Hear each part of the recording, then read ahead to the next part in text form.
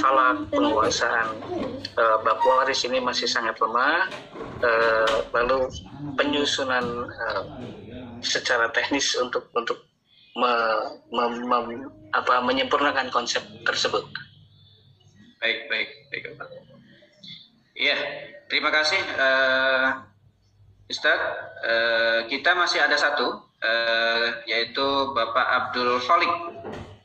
Kita batasi 3 penanya, baru nanti kita berikan ke narasumber. Silakan untuk Bapak Abdul Khalik.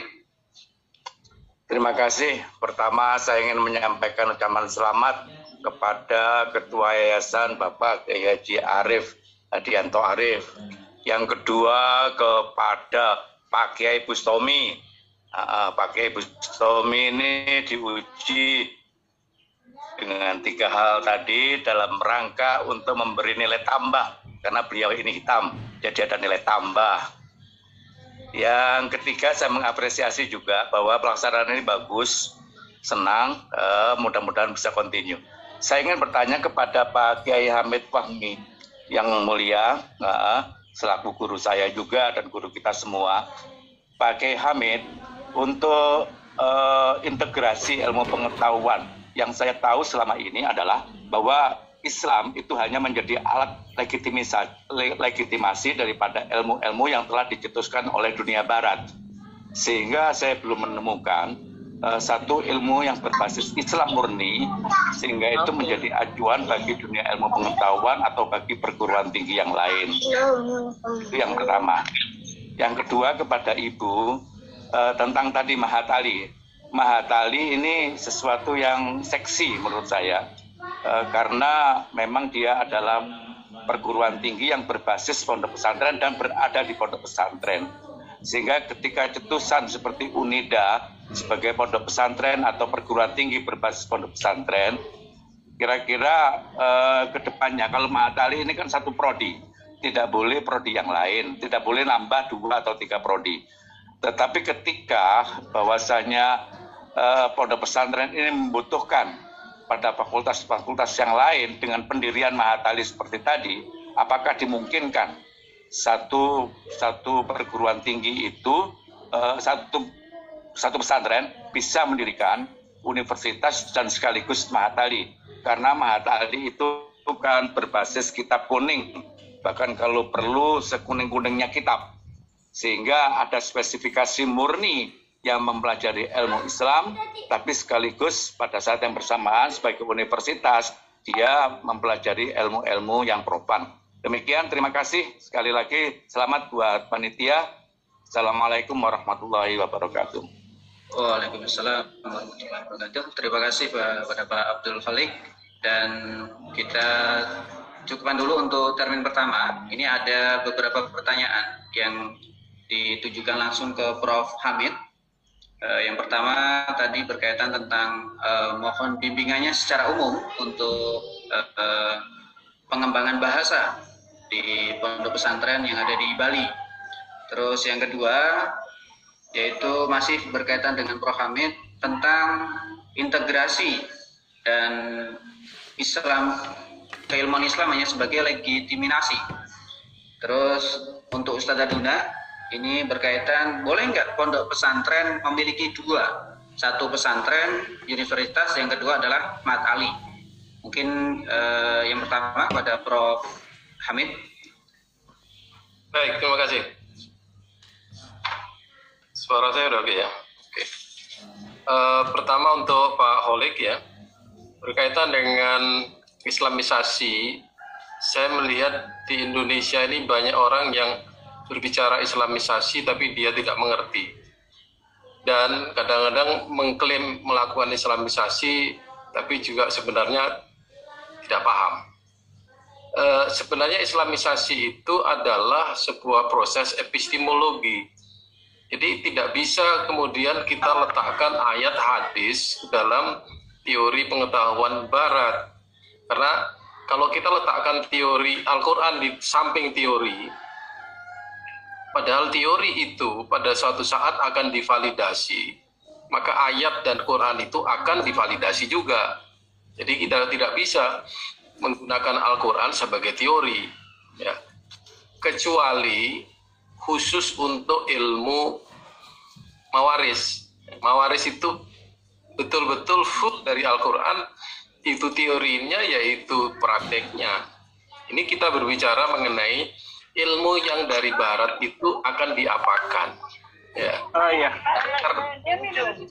Karena ilmu dari barat itu adalah teori, paradigma, dan juga asumsi-asumsi dasar, maka yang harus dibenahi itu adalah pertama asumsi dasar dari ilmu itu, kedua paradigmanya, dan yang ketiga teorinya.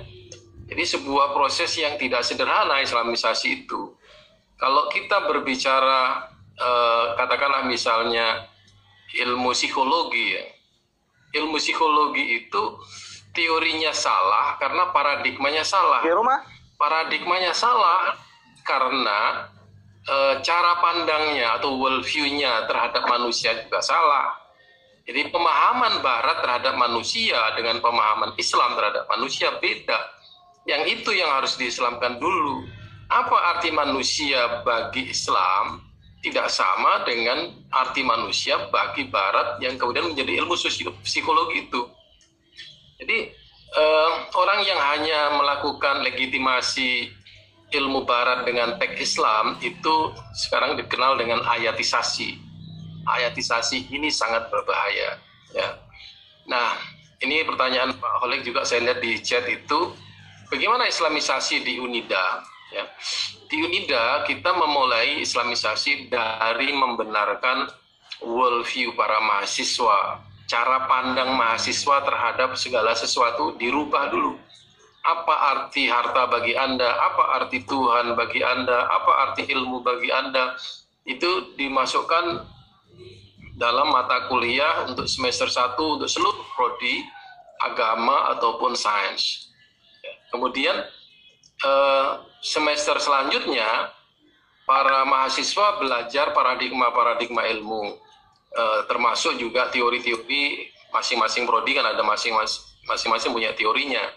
Mereka belajar teori itu. Nanti pada semester atas mereka dikenalkan dengan disiplin ilmu yang pernah ada di dalam sejarah Islam, seperti misalnya farmasi dalam sejarah Islam, politik dalam sejarah Islam, ekonomi dalam sejarah Islam. Itu menunjukkan bahwa Islam dengan berbasis Al-Quran dan hadis itu telah menghasilkan ilmu pengetahuan. Nah, di zaman dulu saja orang bisa menghasilkan ilmu pengetahuan Islam. Astronomi Islam menjadi al-falak, ya. Matematika dari Yunani itu bisa menjadi matematika dalam Islam.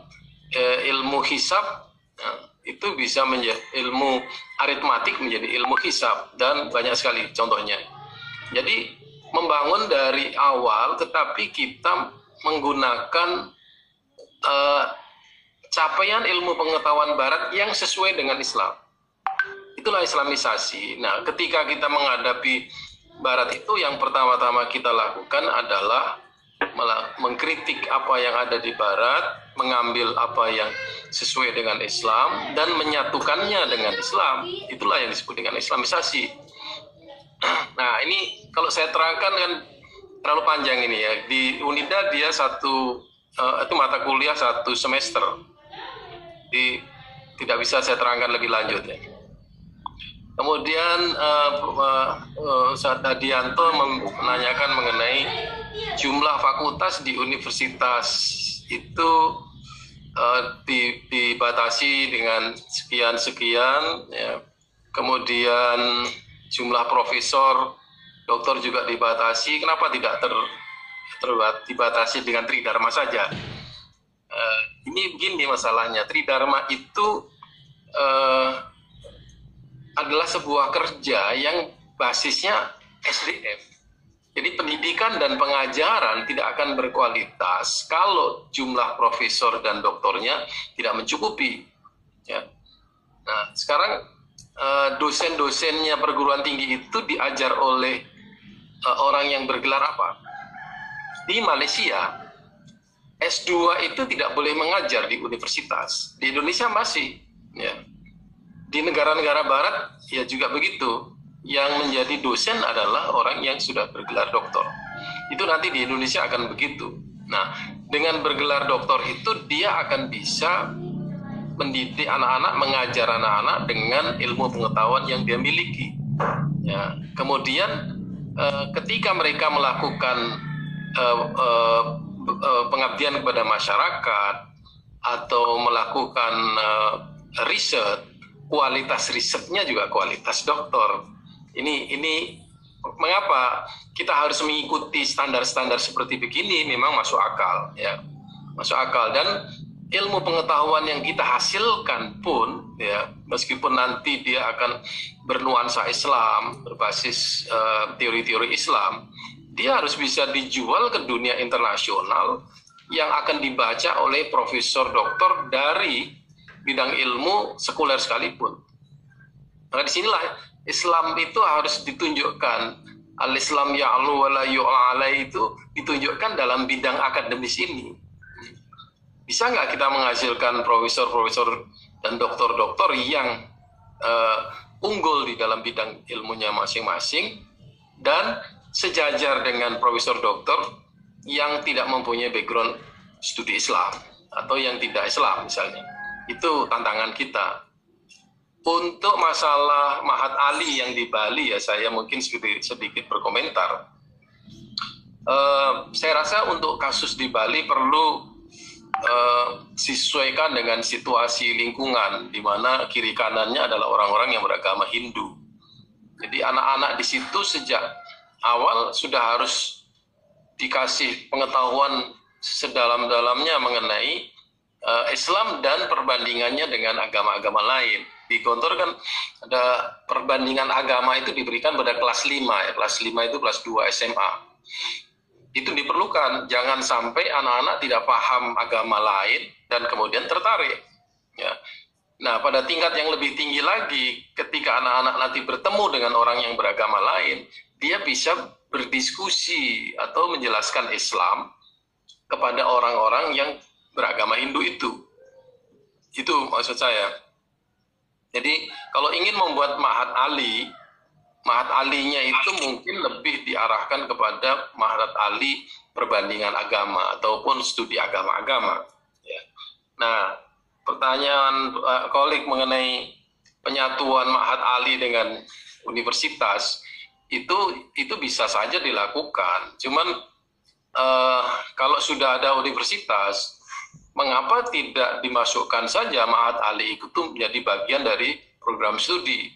Kalau masih membuat dikotomi seperti begitu, berarti studi Islam di universitas itu adalah studi Islam yang tidak sesuai dengan Mahat Ali, bertentangan. Nah, ini yang kita khawatirkan. Di Gontor kita tidak menggunakan Mahat Ali itu, ya. Kita utamakan intensifikasi fakultas-fakultas dan prodi-prodi agama Islam, dan ya di dalam prodi pengetahuan umum ataupun sains dan humaniora kita masukkan sebanyak-banyaknya materi mengenai agama Islam. Maka seringkali saya katakan pada para mahasiswa, apapun prodi Anda di Unida, Anda keluar wisuda sarjana S1 ataupun S2, Anda mempunyai stempel Ustadz.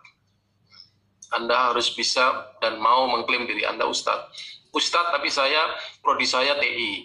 Saya Ustadz tapi prodi saya adalah hubungan internasional. Saya Ustadz tapi prodi saya agroteknologi. Kita harus ciptakan hal yang seperti begitu. Terima kasih. Jazakallah syukri Ustaz. Dari Ustazah Duna ada ditambahkan Ustaz? Ya, Bismillahirrahmanirrahim. Mungkin tadi pertanyaan yang langsung ke saya itu dari Bapak Abdul Kholik ya, Ustaz ya. Tadi sudah disinggung oleh Prof. Hamid bahwasannya dari Mahat Ali itu bisa bergabung ke universitas. Nah, ini bagi pesantren yang sudah mempunyai Mahat Ali itu sebetulnya bisa Mahat Ali itu memang satu program studi ya, Ustaz ya. Satu program studi, misalkan di Mahat Ali tersebut faknya di ilmu hadis misalnya begitu ya. Ilmu hadis ini. Nah, ketika itu bisa dikembangkan menjadi beberapa program studi yang lain sehingga bisa merubah bentuk dari Mahat Ali kepada minimal STAI misalnya seperti itu. Karena di agama Islam itu minimal ada 3 prodi dari 2 fakultas yang berbeda. Misalnya tadi dari ilmu hadis itu masuk Usuluddin ya, kemudian nanti bisa ditambah dengan tarbiyah misalnya, di tarbiyah PAI begitu, sehingga bisa berubah bentuk menjadi STAI, Sekolah Tinggi Agama Islam. Kemudian dari STAI itu nanti ketika berkembang lagi ingin menambah prodi-prodi umum, itu bisa berubah menjadi institut dan kemudian nanti tambah lagi menjadi universitas. Itu mungkin bisa dilakukan oleh langkah-langkah secara step by step ya, satu-satu gitu kemudian menjadi universitas gitu. Tapi ketika misalkan tadi pertanyaannya kalau sudah punya Mahat Ali terus kemudian sudah punya universitas, ya langkah lebih baiknya saya setuju dengan Prof. Hamid itu masuk kepada universitas. Memang ini anjuran dari kementerian juga, satu yayasan ini lebih baik punya satu perguruan tinggi. Nah ini insya Allah apa yang akan dilakukan juga oleh Darun Najah. Jadi sekolah tingginya ini bersatu menjadi universitas. Mungkin itu masukannya, Ustaz. Iya. Assalamualaikum. Terima kasih. Ini kita masuk ke termin yang kedua. Ini insya Allah termin yang terakhir untuk kesempatan webinar nasional siang hari ini. Oleh karena itu kita kembali membuka 3 penanya. Silakan pada peserta, dan ternyata alhamdulillah yang hadir pada kesempatan ini selain pengelola, dosen, ternyata juga ada ASN. Ya kan? Tadi banyak juga dari Aceh, juga dari Aceh ASN, dan luar biasa sekali. Oleh karena itu silakan kepada seluruh peserta, kalau ada yang ingin ditanyakan dipersilakan.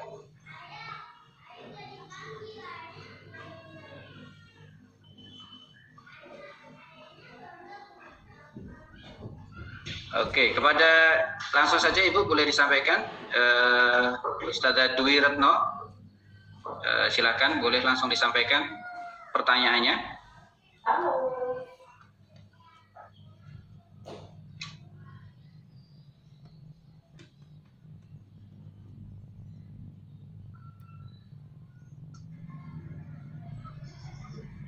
Assalamualaikum Ustadz.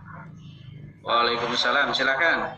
Maaf, bagaimana dengan lulusan SMA yang umum seperti saya ini, apakah dengan teman-teman yang lain itu masih bisa masuk di perkuliahan yang berbasis pesantren? Karena background-nya kan memang dari yang umum itu pelajaran agamanya juga kurang. Ya. Ibu Retno dari mana? Boleh diperkenalkan dulu? Saya dari TMI, Ustaz, Darun Najah 1. Oh, Darun Najah 1. Ya, ini pertanyaannya umum ya. Ketiga penanya, bagaimana dengan yang lulusan SMA? Selanjutnya yang kedua, silakan.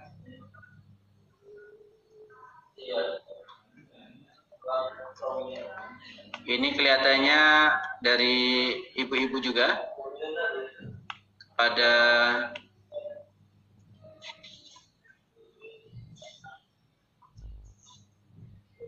oh iya, ini ada langsung ditanyakan di chat, Prof. Untuk Prof. Hamid. Sebentar.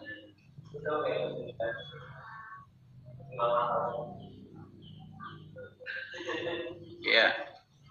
Apa perbedaan antara Islamisasi ilmu pengetahuan Muhammad Naqib Al-Atlas dengan pengilmuan Islam Kuntawijoyo? Ya. Oke. Yang terakhir, ini ada Ustadz Hendro. Ustadz Hendro, wakil Sekolah Tinggi Agama Islam Darun Najah. Silakan terakhir Ustadz Hendro. Baik, terima kasih atas waktunya Pak Samyono. Langsung saja, Bismillahirrahmanirrahim. Assalamualaikum warahmatullahi wabarakatuh. Waalaikumsalam warahmatullahi wabarakatuh. Bismillahirrahmanirrahim. Salatu wassalamu ala rasulillahi amma ba'd. Yang kami hormati Profesor Dr. Hamid Fahmi Zarkasi, Ketua Staida, dan Ustadz-Ustadzah semuanya. Langsung saya ingin mengajukan pertanyaan ini, saya tujukan kepada Prof. Hamid. Salam takzim dari kami, murid beliau. Yang saat ini saya diamanati dengan beberapa tim untuk menggabungkan sekolah tinggi yang berada di bawah Yayasan Darun Najah untuk menjadi Universitas Darun Najah. Ini timnya ada banyak ini, Prof. Ada Ustadz Samiono, Ustadz Duna, dan lain-lain. Nah, namun kami dalam upaya pendirian ini, kalau tadi pertanyaan-pertanyaan kan banyak teknis ke dalam kampus ya, kita konteksnya ingin membicarakan bagaimana gitu kan tentang pendirian ini. Yang kami alami, alhamdulillah ini kita sudah progresnya, sudah mendapatkan rekomendasi yang membawai kami. LL Dikti 3 sudah keluar rekomendasi, LL Dikti 4 sudah keluar rekomendasi. Kemudian Kopertes 2 yang wilayahnya di Bogor, dia di Bandung tapi membawai Bogor sudah keluar, tetapi yang Kopertes 1 belum.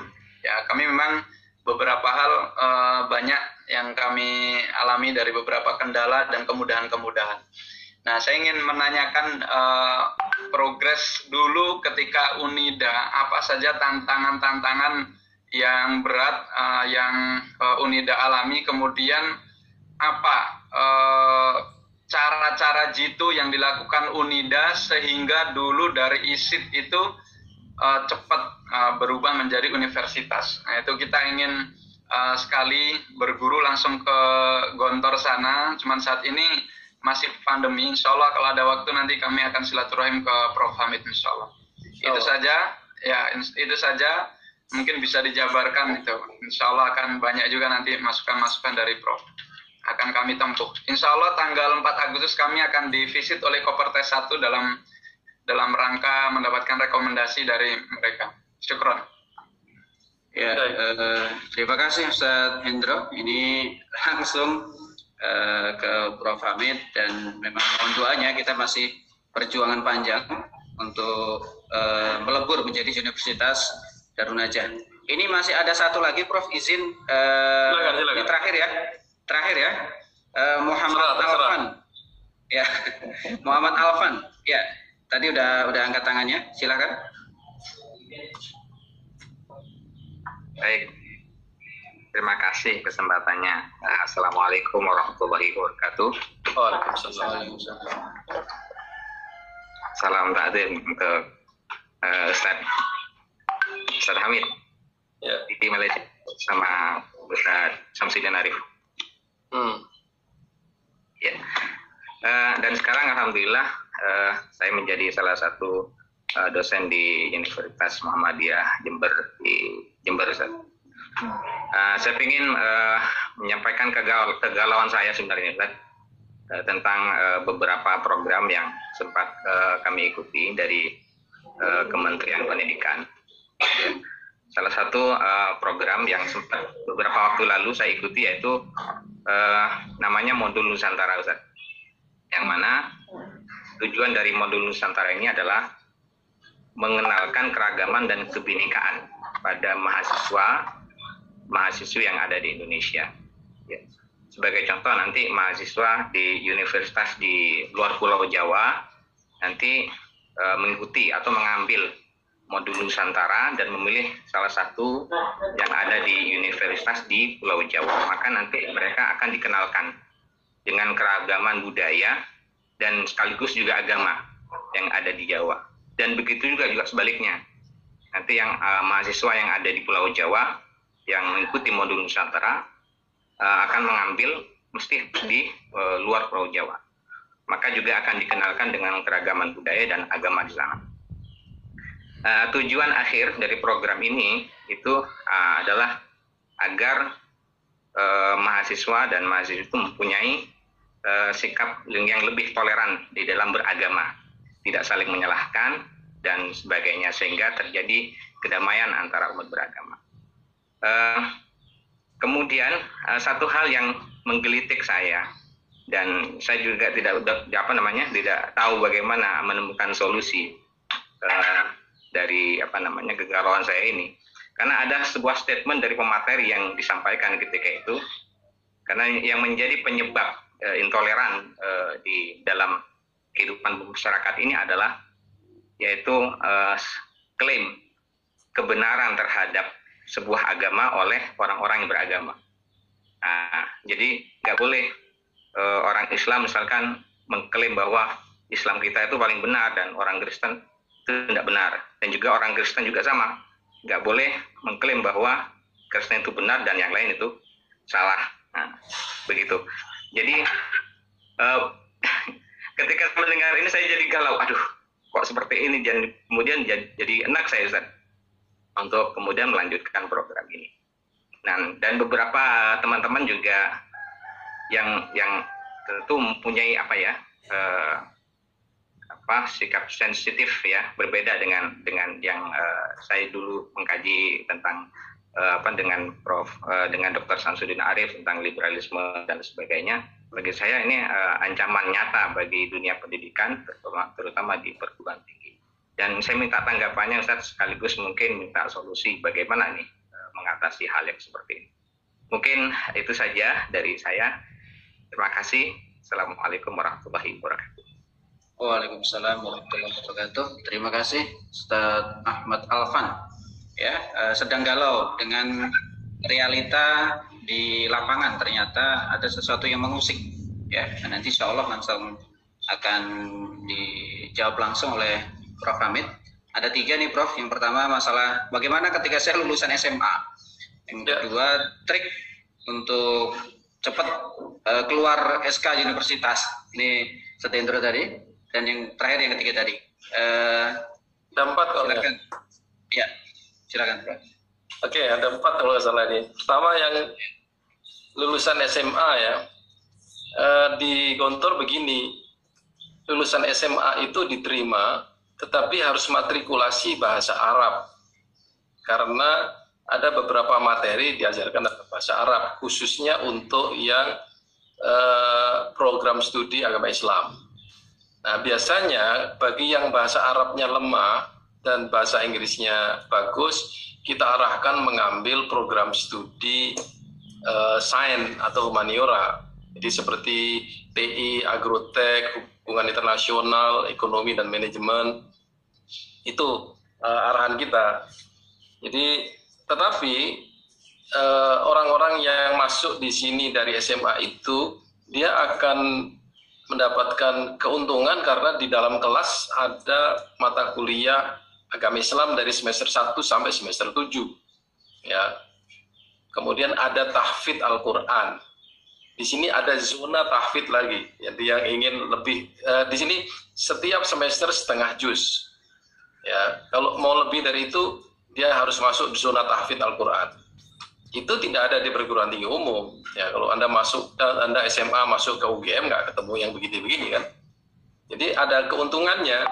Tapi itu tadi Anda harus menyerap banyak dari sistem pesantren ini, dan di luar dari perkuliahan itu banyak sekali halaqah, seminar, diskusi, kelompok diskusi dan lain sebagainya yang itu akan memperkaya pengetahuan Anda mengenai Islam. Itu pentingnya. Tadi seperti dijelaskan Dr. Duna, ya, pesantren, perguruan tinggi pesantren banyak menjanjikan ilmu mengenai keislaman dan juga moralitas, mentalitas, dan itu kelebihannya kalau Anda masuk dari SMA sekalipun, Anda akan mendapatkan sesuatu yang Anda tidak dapat di SMA. Yang kedua itu berkenaan dengan perbedaan islamisasi ilmu pengetahuan Alatas dengan Kuntowijoyo. Alatas menggunakan istilah islamisasi ilmu pengetahuan, Kuntowijoyo menggunakan istilah pengilmuan Islam. Saya membaca bukunya Kuntowijoyo, dia bercerita bahwa islamisasi itu diperoleh, dia dengar dari istrinya yang mengikuti pengajian, yang dalam pengajian itu dia mendengar orang menggunakan istilah islamisasi ilmu pengetahuan. Kemudian dia memahaminya dengan secara teologis bahwa Islamisasi itu sama dengan Kristenisasi. Jadi seperti budaya konversi dari Kristen menjadi Islam. Nah, bagi dia ini tidak sesuai. Makanya dia seperti apa yang dia cetuskan sebelum ini, bahwa sejarah Islam itu terdiri dari pertama mitologi, kedua ideologi, yang ketiga adalah saintifikasi. Mitologi itu artinya dulu orang Islam itu berpikir secara mitologis, ngelamun lah istilahnya, berpikir mengenai datangnya Ratu Adil. Ya, itu zaman dulu untuk membuat masyarakat yang bagus. Setelah itu muncullah Islam sebagai sebuah ideologi dengan munculnya Masyumi. Setelah itu muncullah yang sekarang ini perlu muncul Islam sebagai ilmu. Ini teori dia, ya. Dan itu adalah kasus Indonesia. Ya. Yang berpikir mitologis itu kan orang Indonesia. Islam di masa yang lalu adalah Islam peradaban ilmu pengetahuan. Ini nggak bisa Anda bilang bahwa Islam itu adalah mitologi. Ya. Islam itu adalah sudah berwajah ilmu pengetahuan. Qurannya aja berisi ayat-ayat kauniyah, ayat ilmiah, ayat nafsiyah. Nah, alatas ya. Jadi saya lihat bahwa pengertian pengilmuan Islamnya Kunto Wijoyo ini justru merupakan sebuah pemikiran yang merendahkan Islam. Karena Islam tidak ilmiah, harus diilmukan. Nah, apakah di dalam sejarah Islam belum ada ilmu? Nah, ini pertanyaannya. Kok harus diilmukan? Apakah sekarang ini tidak ada Islam yang berwajah ilmu? Ini pertanyaan untuk almarhum Pak Kunto ya. Jadi beliau sendiri maaf aja backgroundnya adalah profesor doktor dalam bidang sejarah dan sosiologi. Tidak belajar teologi Islam, ilmu kalam, tidak belajar epistemologi Islam dan sebagainya. Sementara Profesor Ragib Alatas itu adalah profesor dalam bidang filsafat Islam, pemikiran Islam, tasawuf, ilmu kalam dan sebagainya. Jadi dia tahu bagaimana Islam itu berhadapan dengan Barat. Ya. Kemudian banyaklah istilah-istilah di dalam bukunya Pak Kunto itu yang seperti objektifikasi, kemudian ilmu pengetahuan profetik dan sebagainya, yang bagi saya sebagai muridnya Alatas, maaf aja, itu tidak epistemologis, ya. Tidak epistemologis dalam artian tidak menukik kepada dasar-dasar atau dasar dan teori ilmu pengetahuan di dalam Islam. Dia melihatnya secara sosiologis dan dia menggunakan cara pandang ilmu pengetahuan Barat yang dia miliki. Panjang ini kalau diceritakan, ya. Yang kedua berkenaan dengan penggabungan sekolah tinggi menjadi universitas. Ini sebenarnya sebuah anugerah ya bagi UNIDA ya.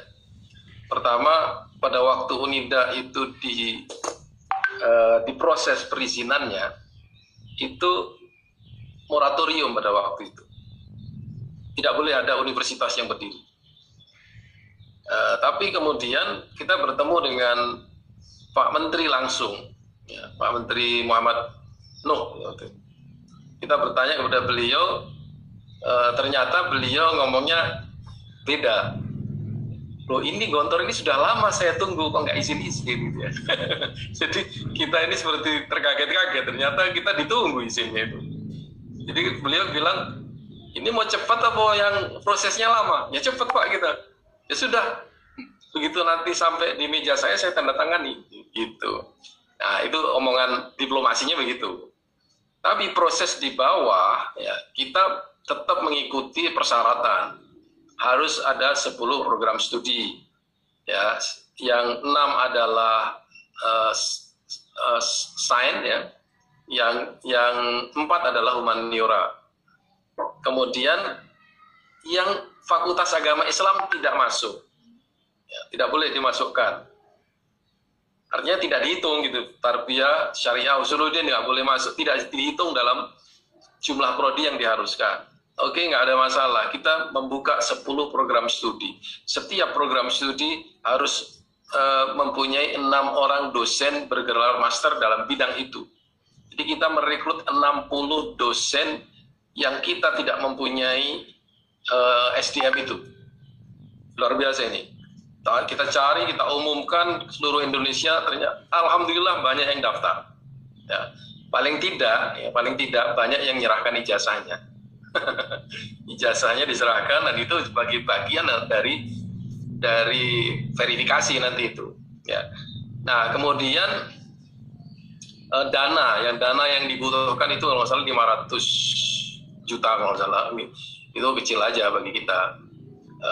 Kemudian ada syarat mempunyai bangunan yang di dalamnya ada perpustakaan yang luasnya 600 meter persegi kalau nggak salah. Itu nggak ada masalah bagi kita. Nah, kebetulan ketika proses izin universitas itu diproses, di Gontor juga sedang memproses pembangunan gedung utama yang ada di gambar tadi itu. Jadi simultan. Makanya ketika visitasi, ya, pertanyaan mengenai bangunan itu sudah tidak diperlukan lagi karena sudah ada bangunannya, yang ada itu saja sudah mencukupi, kemudian perpustakaan juga sudah mencukupi, SDM juga sudah mencukupi. Maka ketika visitasi 60 dosen itu kita hadirkan.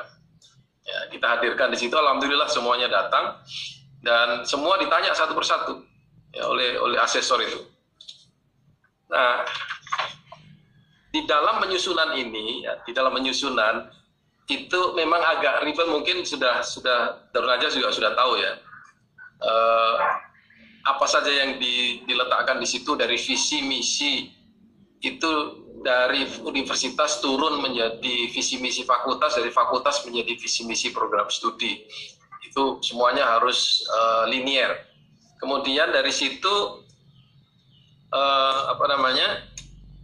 fakultas-fakultas itu harus diarahkan menjadi Renstra, rencana induk strategis. Itu Anda mendirikan tahun 2014. Nanti 5 tahun lagi apa yang akan ini capai? 5 tahun lagi apa yang Anda capai dan seterusnya, itu juga harus ada di dalam perizinan. Ya itu kemarin kita serahkan ke tim di Jakarta, tetapi ternyata menyerahkan orang lain itu tidak mudah. Kita serahkan orang lain nanya lagi ke kita, visi misinya apa? Nah, itu muter lagi kan. Jadi kita nggak bisa sepenuhnya menyerahkan orang lain. Kalau Darun Najah punya tim sendiri, bikin aja sendiri tuh. Ya, dan biayanya agak mahal orang luar itu. Kemudian memang perlu ada orang dalam yang memproses. Itu yang tim ini yang pentingnya di situ. Ada orang dalam yang kalau kita serahin itu dia dari bawah kemudian naik ke atas lagi sampai dirjen, dari dirjen ke menteri. Itu kadang-kadang ada orang yang sabotase. Itu pendekatan non akademisnya yang perlu Anda tempuh gitu ya. Nah, kemudian setelah UNIDA berdiri, yang masalah kan ISID. Ya. ISID itu kan dia berdiri sebelum itu, dan setelah UNIDA berdiri dia harus digabungkan dengan UNIDA. Kita pernah diminta oleh oleh Dikti supaya digabung menjadi satu fakultas. Kita nggak mau. Itu penghinaan terhadap Islam itu, masa Islam yang lebih luas dari ilmu jadi satu fakultas. Maka kita pertahankan tetap usuluddin tarbiyah syariah. Ya. Ini harga mati, nggak bisa. Ya. Nah, akhirnya izin integrasi ISID dengan UNIDA itu baru kelar sekitar tahun 2020 atau 2019. Lama sekali itu. Jadi orang Kemenak ini nggak mau melepaskan ISID. Ya. Sementara orang Dikti bagi dia nggak ada masalah. Ya. Hanya Kemenaknya ini kehilangan ISID nggak mau, tetap dia akan tetap membina. Padahal kita dengan adanya universitas dan dia menjadi bagian dari universitas itu, kita tetap ke Kemenak. Mengintegrasikan ini loh, lama sekali nggak tahu. Mungkin melihat peraturan atau undang-undang gitu. itu juga termasuk yang dialami oleh IKH. Dulu Institut Keislaman Hasyim Asy'ari menjadi Unhas, Universitas Hasyim Asy'ari. Kasusnya sama. Dia harus mengintegrasikan IKH ke Unhas. Nanti saya kira Darul Najah juga akan mengalami itu. Sekolah tinggi itu yang akan dinaikkan menjadi universitas yang mana? Nah, sekolah tinggi yang lain itu biasanya satu sekolah tinggi kan di bawah satu yayasan, tidak boleh satu yayasan punya sekolah tinggi 2 atau 3 gitu. Itu kalau nggak salah ya. Nah, ini proses yang akan dipersoalkan di dalam perizinan nanti itu. Ya. Tapi pertama yang ingin saya pesankan, persiapan SDM-nya harus betul-betul kuat. Ya. Dan kalau bisa ya alumni sendiri, ya, alumni Darul Najah sendiri yang itu berada di Jakarta, apalagi kan banyak yang di Jakarta ya, itu bisa dimanfaatkan. Kegiatan Ibu Haji Pesantren. Apalagi kalau misalnya alumni itu bergelar master, tapi dia tidak mengajar, dia kerja di perusahaan, pinjam itu ijazahnya. Ya, ijazahnya dipinjam, ya nanti mengajarnya kita pikirkan. Itu cara-cara kita mengumpulkan SDM untuk perizinan ya. Untuk itu cukup ya. Karena memang harus panjang nih kalau mau cerita. Ya, betul. Nanti kita soal lah. Nah, itu harus di kantor itu. Ya. Masalahnya persis masalahnya. Makanya yang kita alami. Ya udah nanti kapan setelah PPKM ya. Siap. Ya. Untuk Pak Alvan ya di Jember. Ini adalah hasil dari wacana liberalisasi yang sudah bertahun-tahun saya hadapi. Ya, sejak tahun 2004 saya workshop ke mana-mana mengenai pluralisme ini. Saya ngomong ke sana sini banyak orang yang tidak percaya. Ya, saya ditegur juga oleh Pak Malik Fajar waktu itu. Ya, katanya jangan terlalu keras lah menghadapi orang-orang liberal yang pluralisme itu ya nggak begitunya lah. Batin saya nggak begitu Pak. Orang-orang pluralis ini menyamakan Tuhan-Tuhan semua agama Pak. Ya nggak begitulah. Ya, orang-orang ini nggak percaya dengan bahaya pluralisme itu. Ya.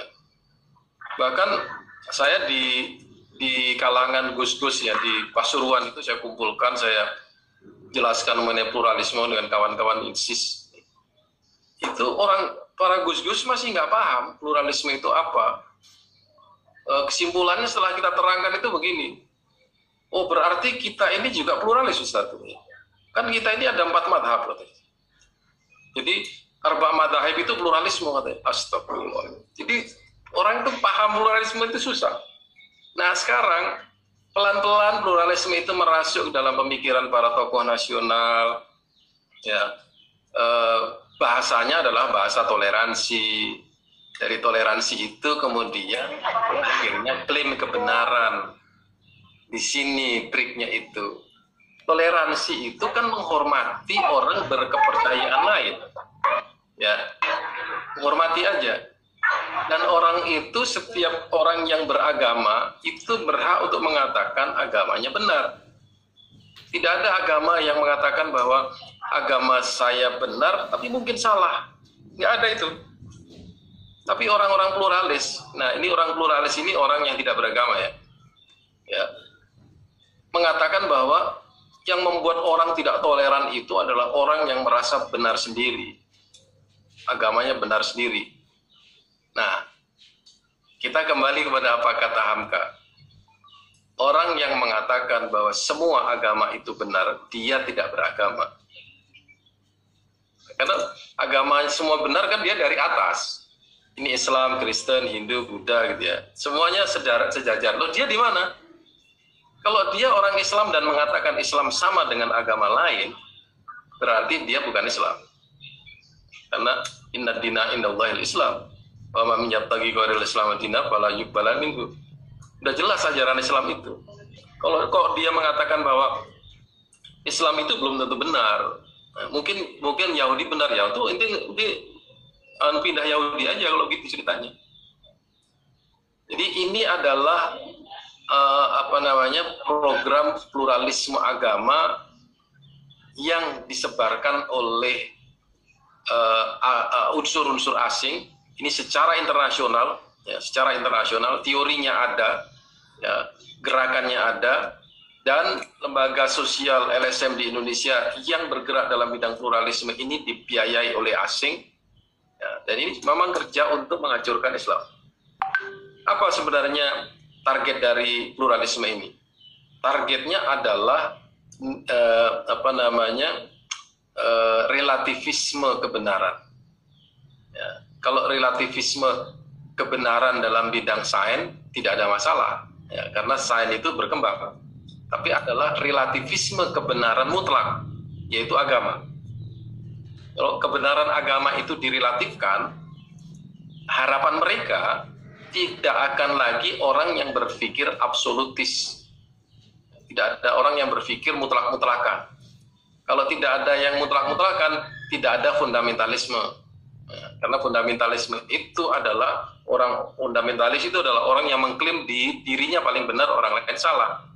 Itu pun juga tidak sesuai dengan apa yang terjadi sesungguhnya. Orang Islam tidak mengatakan orang lain salah, ya, dan tidak menyalah-nyalahkan orang lain, kan? Orang Islam hanya merujuk kepada kitab sucinya, bahwa apabila orang percaya kepada Tuhan selain Allah itu disebut dengan kafir. Itu Quran, bukan kita mengkafirkan orang. Nah, di situ kita harus kembali kepada Islam aja. Kita nggak bisa melawan itu, Pak. Ya, Pak Alvan, tidak bisa kita lawan orang-orang ngomong aja udah. Kita dengarkan, habis itu kita lupakan. Kalau kita berantem di situ nggak ada gunanya. Orang itu sudah jadi proyek dan ada duitnya. Kalau Anda menghantam mereka, kan itu persoalan perut, kan? Ya. Jadi bukan beda pendapat, itu sudah beda pendapatan itu, Pak. Nah, urusannya perut. Kalau udah perut urusannya, itu bisa berantem, bisa berdarah-darah gitu ya. Ini yang perlu Anda. Jadi saya selalu menghindar untuk satu forum dengan orang yang seperti begini nih. Percuma kita berdebat, karena mereka ini sudah menganggap ini sebuah keyakinan mereka. Bagi dia ini absolut. Sementara kita nggak boleh berpikir absolut. Dia apapun dia perjuangkan nih, karena ada pulusnya. Ya, kita kan lillahi ta'ala. Dia memerlukan fee, ya, kita memerlukan fee sabilillah. Itu. Jadi itu jawaban saya. Mudah-mudahan Anda tidak galau lagi, ya. Udah biarkan itu. Yang begitu itu banyak sekali di Indonesia, dan itu biarkan aja. Kita selamatkan orang-orang yang masih berpikiran jernih dan masih berpikir secara objektif mengenai Islam. Syukran. Ya, alhamdulillah, masya Allah, Prof. Hamid sangat mencerahkan sekali dari jawaban-jawaban beliau, dan kita tiba di akhir penghujung webinar nasional peluang dan tantangan Universitas berbasis pesantren. Sebelum kita akhiri sesi ini, kita minta closing statement dari pembicara ketiga terlebih dahulu, Ustaz Kiai Haji Bustami Ibrahim. Ada Ustaz, silakan Ustaz, closing statement antum Ustaz. Saya kalau membuat closing itu biasanya mengacu kepada apa yang dialami oleh Nabi kita, ya. Baginda Nabi Muhammad SAW mengatakan sebaik-baik puasa sunnah adalah puasa Nabi Daud. Tapi dia lebih mengatakan, tapi untukku tetap puasa Senin Kamis, yaumul wulidtu wa yaumul maskhaya. Maksudnya adalah meskipun agama dulu alun usuluddin, meskipun agama-agama lain itu mengaku itu baik, tapi untukku tetap Islam adalah agamaku. Kemudian dalam konteks PESMA, saya membahasakan dengan bahasa yang singkat. Pondok mahasiswi ini kita ingin mencetus NG atau calon-calon nyonya dengan latihan nyuci, latihan nyepel, latihan nyetrika, latihan nyapu, itu adalah membentuk mentalitas anak wanita yang menjadi tiang imadul bilad. Itu saja Ustaz. Assalamualaikum. Waalaikumsalam. Ya, syukran Ustaz Bustami. Selanjutnya Ustazah Duna untuk closing statement-nya Ustaz. Ya, Ustaz. Ini closing statement satu orang ini bisa mewakili dari Prof. Hamid itu. Bisa. Ya.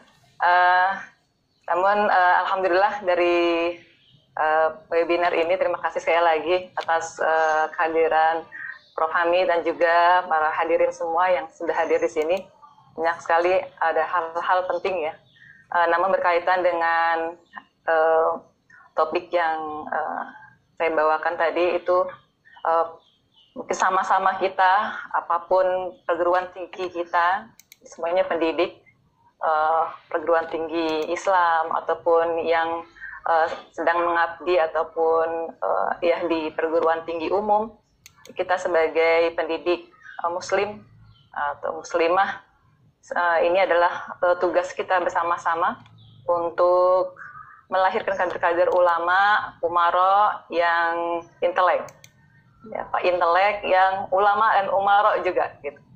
Jadi di sela-sela apa yang kita berikan, kita ajarkan kepada santri ataupun mahasiswa kita, kita tambahkan ataupun yang paling utama itu akhlakul karimah, dan juga dari sisi ilmuwan-ilmuwan muslim yang sudah melahirkan begitu banyak keilmuan ya. Nah, ini kita gali kembali dan itu menjadi suatu kebanggaan bagi para mahasiswa untuk melanjutkan dan menggali lebih banyak lagi ilmu-ilmu agama. Mungkin itu Ustaz. Semoga universitas berbasis pesantren ini menjadi salah satu opsi utama ya, opsi utama dalam membentuk generasi kita yang tadi prophetic mission, tidak hanya ahli untuk diri sendiri, untuk keahlian, tapi juga untuk umat. Sekian, syukron. Terakhir dari Prof. Hamid, Prof. Baik. Pertama saya ingin pesankan untuk khusus Darul Najah ini ya. Saya secara pribadi mewajibkan Darul Najah membuat universitas. Ya kalau nggak dilaksanakan bagi saya dosa gitu ya. Bagi saya aja, bagi Islam nggak. Baik. Wajib. Ya karena Anda di Jakarta dan Anda menjadi pesantren metropolis. Ya, Anda tidak di pedesaan. Oleh sebab itu pesan saya pertama harus terpisah dari TMI ya, dari menengah. Yang kedua harus dipertimbangkan aspek-aspek metropolisnya itu. Jadi mungkin akan beda dengan Unida ya, yang tempatnya di desa kemudian jauh dari perkotaan besar dan pengaruh itu. Ya mungkin itu bisa kita diskusikan kemudian. Yang ingin saya sampaikan dari kata wajib tadi itu begini, tantangan kita ini sangat besar ya. Sementara jawaban dari umat Islam itu belum ada, yang seperti dikatakan Pak Hasyim Muzadi dan Pak Imam Suprayogo tadi.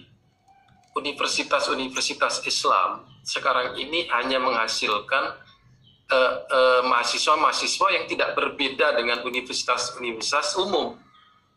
Apa Islamnya di mana gitu ya? Nah, kita berharap kalau dulu di zaman pra kemerdekaan itu pesantren menghasilkan tokoh-tokoh nasional yang berperan di dalam persiapan kemerdekaan. Berarti lulusan pesantren itu kualitasnya seperti itu dulu. Mengapa sekarang ini tidak ada lulusan pesantren sekualitas itu di panggung nasional? Jawabannya memang tingkat menengah pada zaman sekarang ini sudah tidak bisa lagi ready for use. Ya seperti kata Ustadz Bustami tadi itu. Tidak cukup lulus KMI itu kemudian berproses di masyarakat menjadi tokoh nasional dalam tempo yang singkat. Seperti Kiai Haji Itam Khalid tamat tahun 42, 15 tahun kemudian dia bisa memimpin menjadi panitia Kongres Asia Afrika, Konferensi Asia Afrika, dan dia menjadi tokoh nasional pada waktu itu dalam tempo 15 tahun. Nah, sekarang ini anak-anak kita dalam tempo 15 tahun sudah menjadi apa? Ini pertanyaannya. Maka universitas pesantren harus betul-betul dipersiapkan dengan segala macam aspeknya, termasuk SDM-nya, termasuk sarana prasarananya, termasuk modelnya, sehingga orang itu nanti ya, memilih perguruan tinggi pesantren dari perguruan tinggi umum karena memang ada kelebihannya. Ya, kalau kognitifnya memang kita tidak sampai menyaingi mereka ya, tetapi kita punya yang lain.